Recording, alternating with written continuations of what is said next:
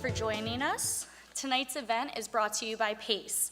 PACE is the Institution for Public Affairs and Civic Engagement, co-directed by Dr. Sarah Surak in the Political Science and Environmental Studies departments, and Dr. Sandy Pope in the Department of Teacher Education.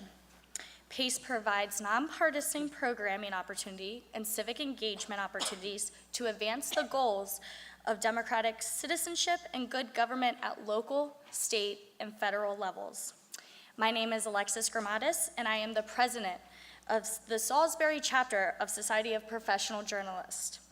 SPJ is a communication arts organization that allows journalists and public relation careers to gain experience, knowledge, and networking in the communication industry.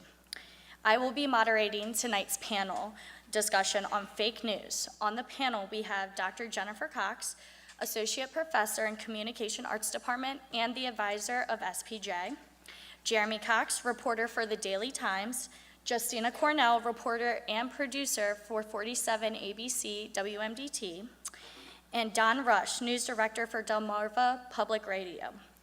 Each panelist will be asked a question. They will have 5 minutes to answer. My first question is for Dr. Cox. Dr. Cox, what is fake news? Thanks, Lexi. So I think it's really fitting. First of all, thank you guys so much for coming out tonight. It's so heartening to see such a big turnout and so many of you guys interested in this topic, whether I forced you to be here for my class or not. So thank you for coming. I think it's really fitting that we begin with defining fake news because it's actually a lot more complicated than people might think it is. When we think about fake news, we tend to think about kind of the traditional definition of news that's fabricated or stories that are made up. And we've certainly seen plenty of those. Basically, the hallmarks of these are that they're created to look like real news, but they actually have the intent of deceiving or misleading people that read them, view them, listen to them, and we're going to hear examples of all those different type of media tonight. We certainly saw a lot of examples of this type of fabricated fake news. I'm just going to read you a few headlines. You've probably recognized a few of these from the last presidential election. Donald Trump sent his own plane to transport 200 stranded Marines. Ireland is now officially accepting Trump refugees from America. WikiLeaks confirms Hillary sold weapons to ISIS. FBI agents suspected in Hillary email leaks found dead in apartment murder-suicide. RuPaul claims Trump touched him inappropriately in the 90s.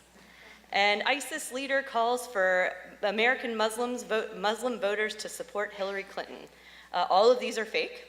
And as you probably may have noticed, both of these, there's fake news on both sides, both liberals and conservatives. However, I think it is worth noting that during the presidential election, a lot of research has come out to suggest that there were significantly more pro-Trump, anti-Hillary fake news stories that carried a lot more influence than some of the liberal posts and organizations. And I'm going to talk about those in just a second too.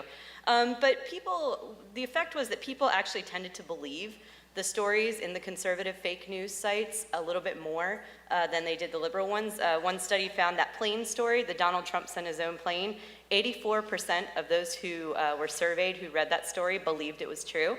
And the dead FBI agent story, 72% believed that that was true. So this is something that was a really big problem that did have a big effect on the election. And these type of stories, they're basically written with the motive to deceive. There's some purpose, some way that they want to trick you for some purpose. But there are other attributes of fake news that we're going to talk about tonight that we really do need to pay attention to. And these are the ones that are probably a little less obvious to most people. There's lies of omission. And we're all familiar with that, right? It's basically when we're not providing balance, we're only emphasizing one side of an issue, and we can kind of equate that to propaganda. So a lot of political organizations in particular, and politicians in the last election used their kind of side of the story to propel propaganda forward without adding any kind of context or really clarifying what the real issue is. And in our workshops that we're going to be doing tonight, you're going to see some examples of these too. These stories are ones that only quote one side of the story, and they mainly do it to achieve a purpose. In the case of the presidential elections, not only was the purpose to get their candidate, their preferred candidate elected, they also made a lot of money selling ads on these sites because people were engaging with these sites. In fact, in the last weeks leading up to the election, through the top fake news sites garnered more hits, more web engagement than any of the traditional news media sites combined. So it had a pretty big impact and big money for these fake news producers. The contrast is that real journalists are committed to balance, they're committed to investigating, they want to give quality, verified information, but that doesn't mean that mainstream news organizations are not guilty of this kind of imbalance. We've certainly seen a lot of critiques of news organizations like Fox News and on the other side, MSNBC. Both have been accused of and shown to have some biases in different political directions.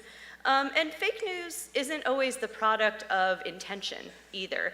Sometimes as journalists in the digital age with so much online competition and social media, we tend to rush to publish, and inaccurate news can be just as damaging as fake news.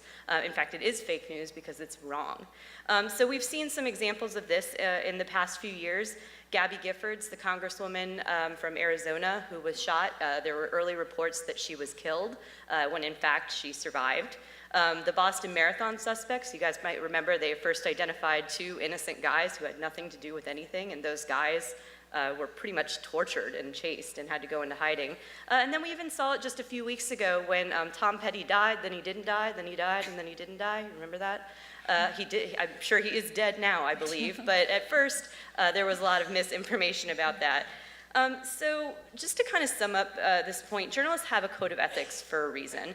We want to provide balanced coverage, we want to seek the truth, and we want to avoid conflicts of interest that might lead to things like propaganda. Real news informs, it engages, it even entertains it sometimes, and most importantly, it investigates. One point that I do want to make, though, is that fake news is not news that you don't like or don't agree with. All right? We've seen a lot of charges of fake news and why this has become actually 2016's word of the year, or phrase it should be, fake news. In 2017 alone, up to date, Trump has used fake news on 153 separate occasions. That's not 153 times, that's 153 separate occasions. He's used that term to describe the news media. And his definition has little to do with what we're going to be talking about tonight. Facts aren't really something that are meant to be agreed or disagreed with. You can have your own interpretations, of course, and your own opinions, but calling facts fake doesn't make them any less true. So the bottom line is fake news, as far as definition, it disrupts real efforts to inform. It corrupts information and sources that people really need to make informed decisions. And tonight, our aim is to really show you guys what the different types of fake news are, how you can find them, how you can avoid them, and how you can correct them when you do see them. So thank you guys for coming. Thank you, Dr. Cox. Ms. Cornell, what is so problematic about fake news in the media industry? Thank you, Lexi. I think what's so problematic about fake news being in the media industry is that it takes away our credibility. I mean, I don't think there's anyone on this panel that goes into work and like, you know, I'm going to make a fake story today and I'm going to try to ruin this person's life. Like, that just does not happen. There are sources, there are fake news outlets that do that, but on our level, I know that I do not go to work and do that. I want to go out to work, tell this story, tell their lives. You know, there was a fire 2 days ago and this whole family lost everything. My job is to tell their story, hopefully bring the community together, and all we're trying to do is just try to tell their story and be unbiased as possible. So what fake news is doing, it's taking away our credibility, and that's a problem when we're really trying to tell someone's story, you know, taking a national story and localizing it. So like saying what Dr. Cox was saying, just because you don't agree with the facts or with the story, people just slap on fake news claiming, you know, they just don't agree with it, and automatically that's taking our credibility away. And I think it's really damaging. You know, we're always trying to prove that the story has the facts and it's unbiased, but just the term fake news is a negative connotation, and it always just constantly makes us want to, you know, prove our credibility. Thank you, Ms. Cornell. Mr. Rush, what is so problematic about fake news for society? Well, one of the things when I was thinking about this, I was thinking about the first few decades of the Republic. And at the time, the major medium, of course, was newspapers or pamphlets. And they were generally published by partisans, by political figures. If you were an anti-federalist, you owned one newspaper. If you were a federalist, you owned another one. Also, there were major political actors, such as Ben Franklin, for instance, who got his start in newspapers, but also became a political figure, would buy a newspaper, and he would have his own columns to attack his opponents. And even though, for instance, he would write, say, these anonymous columns, and rather scathing and against his opponents or against his people that he didn't like, you always knew that it was Ben who was making that statement. In those days, you had a printing press, which cost a lot of money, and you also had to have a distribution system. People had to go out and deliver the papers or put them down to the local pub, whatever it happens to be, in order to get it out. So if you think about that, it started out as a highly partisan, individualized. You couldn't necessarily always rely upon what they were saying, but you certainly knew about who was saying it. If you skip to the 21st century, everybody has a printing press now. Everybody has a printing press. You have a blog, you have a Facebook page, you can get on Twitter, the whole set of platforms. You don't need a independent distribution center either, which is what newspapers often fought over. So you got in the 21st century something that they did not have in the 19th century. And you have not only the kind of partisan stuff that you saw in that period, but you also now have outlets that are disengaged and disconnected from organizations or even prominent political figures. If you get something on Facebook or if you get something, say, on Twitter, oftentimes you have absolutely no idea where it came from. Absolutely none whatsoever. In the case of fake, for instance, Facebook pages, you have no idea where they came from. The Russians, for instance, indulged in some of this. So one of the things that we have to think about is, how do we know what's true and what isn't? One of the ways we used to do this, and we still do, as newspapers developed, they developed a mass audience. And what Los Angeles Times founder said once that the business of creating a newspaper is taking 1 cent worth of wood pulp and turning it to 10 cents. He wanted a mass audience that he could sell his papers to and ultimately to sell advertising to. These days, the model is quite different. These days, you don't have to have a mass audience. You don't have a big upkeep. All you have to do is get enough hits, and that'll increase your advertising. So you go from mass audience to a micro audience, and you can make your money, and ultimately, you can push your message out. And not only does your message go out to the people who may, say, for instance, subscribe to or listen to your Twitter feed or your Facebook page, but then that gets picked up in the bloodstream of the information system. So that then gets out even further. You can have a couple of small publications who can ultimately wind up pushing a story that then gets generated interest on places like Twitter and Facebook. So one of the things that the old newspapers used to do was a gatekeeping system, which the information was vetted, that people looked out, like Jeremy, for example, who goes out and he covers a story, and he talks to all these people, and then he puts the story together as best he can from the information that he has. He's a gatekeeper. He checks it out.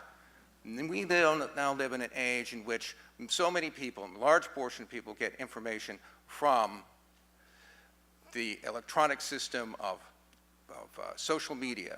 And I think that's something that we have to begin to come to grips with. And we'll be talking, obviously, about how to combat, for instance, fake news, how to decide what is and what isn't.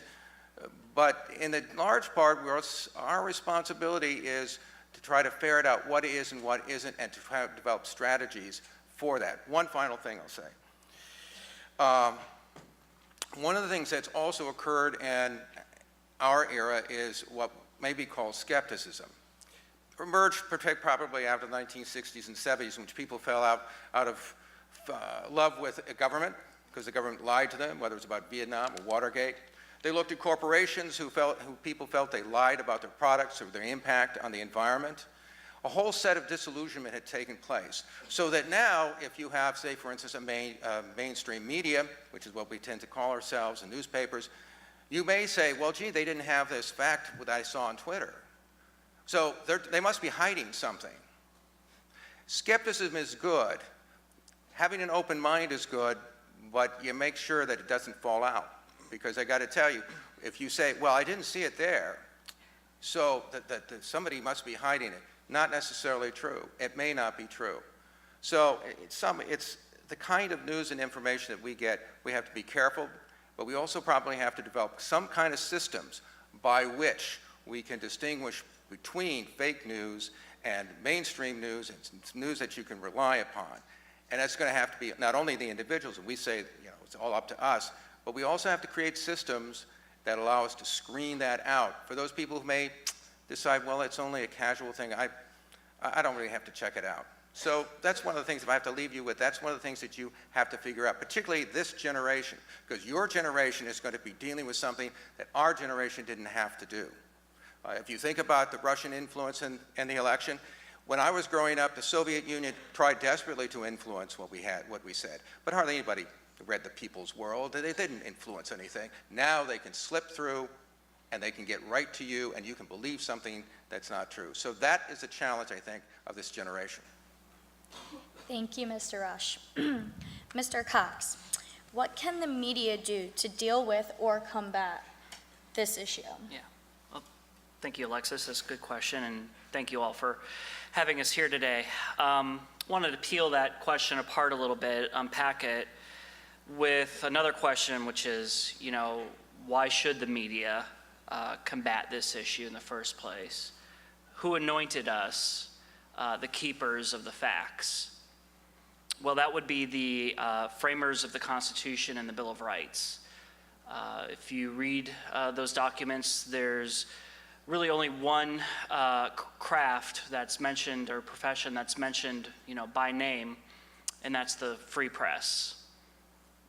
Of every type of way, you can make a living in this country, the framers only decided to specifically name one when it comes to upholding the values of free society, free democratic society, and that's the press.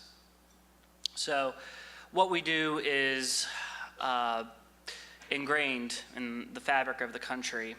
And so the second part is, is it possible to combat the issue? And I was looking at a 2015 American Press Institute study, which found that false information online outnumbers efforts to debunk it 3 to 1. So for every 3 articles about something that are fake, there's one perhaps that is trying to get the real news out there. And there have been efforts such as PolitiFact, which was started at the now it's called the Tampa Bay Times, I'm dating myself. Tampa Bay Times and Snopes.com, which is an independent organization that's kind of like Wikipedia, where it's kind of crowdsourced to do it, but is generally seen as a definitive source on things. But again, it's not just the volume, but also the what my fellow panelists have talked about, that once the idea gets out there, it's very difficult to claw it back. And I came across a couple of theories, both meaning the same thing. You could either call it Brandolini's Law. I prefer the other name, and this is real. It's called the bullshit asymmetry principle. And that means the amount of energy needed to refute information is an order of magnitude bigger than to produce it.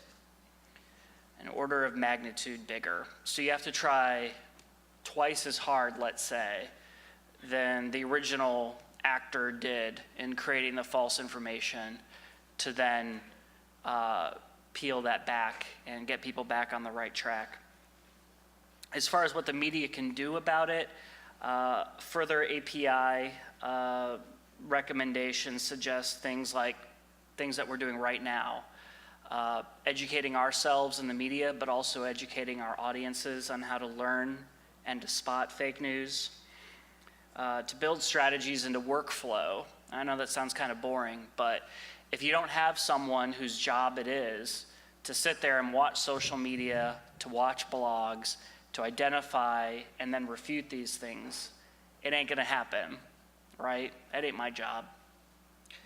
Or at least you build it into existing roles so that it can happen.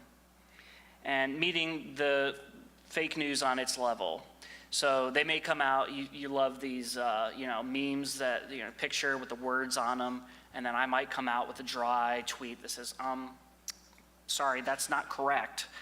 Come back with a meme yourself that has the right information about it, or a graphic, or some sort of visualization that is more readily absorbed by the audience.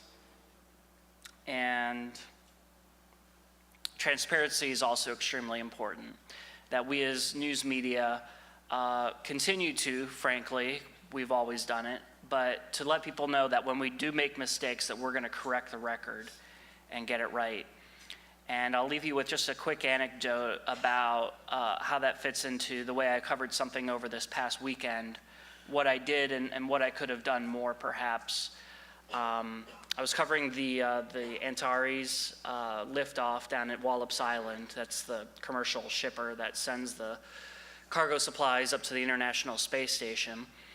And of course, the first one got scrubbed at the last minute, so that was fun waking up at 3 a.m. for nothing. I was there too. Yeah, you were there too? Yeah.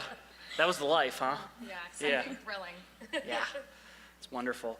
But you may have heard this as well. I even got a call about it from a really good, kind of geeky Chincoteague resident too, a guy I can normally depend on, and I subsequently saw it on social media in some places saying, the plane was a commercial airliner. It was a JetBlue flight. Can you believe that? I didn't mean to say JetBlue. I didn't want to drag them into it. Sorry, forget I said that.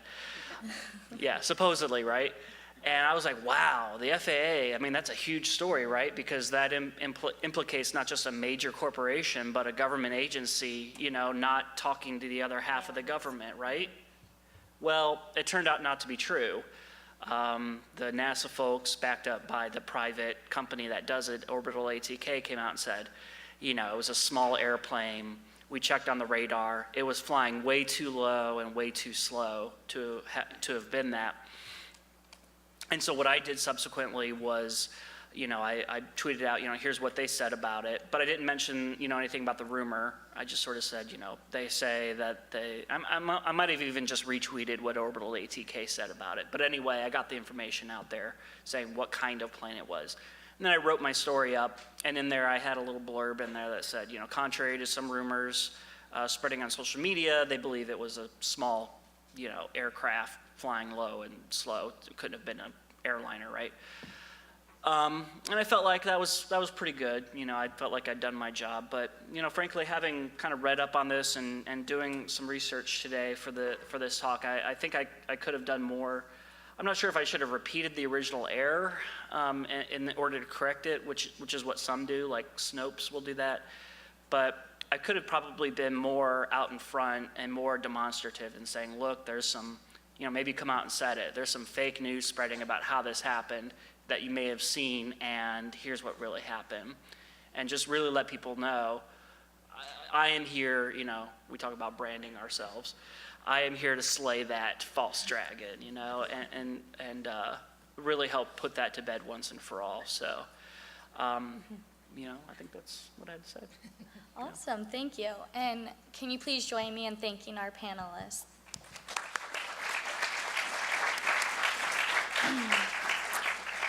Well, before we split up into our workshop groups, I want to make a note on some upcoming events that PACE and SPJ have. In the spring, PACE will host a talk by Erica Bridgeford.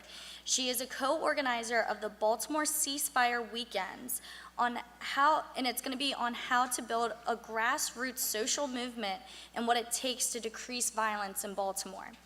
Also, SPJ will be holding a workshop on career preparation. So for those of you that are about to graduate, this might be a good one. On November 30th. Location and details are more to come. Lastly, the extra credit sign-ins for your classes will be located at the SPJ and the PACE tables in the back corner by the exit. And at this time, I would love to invite Dr. Cox to the podium to explain further instruction.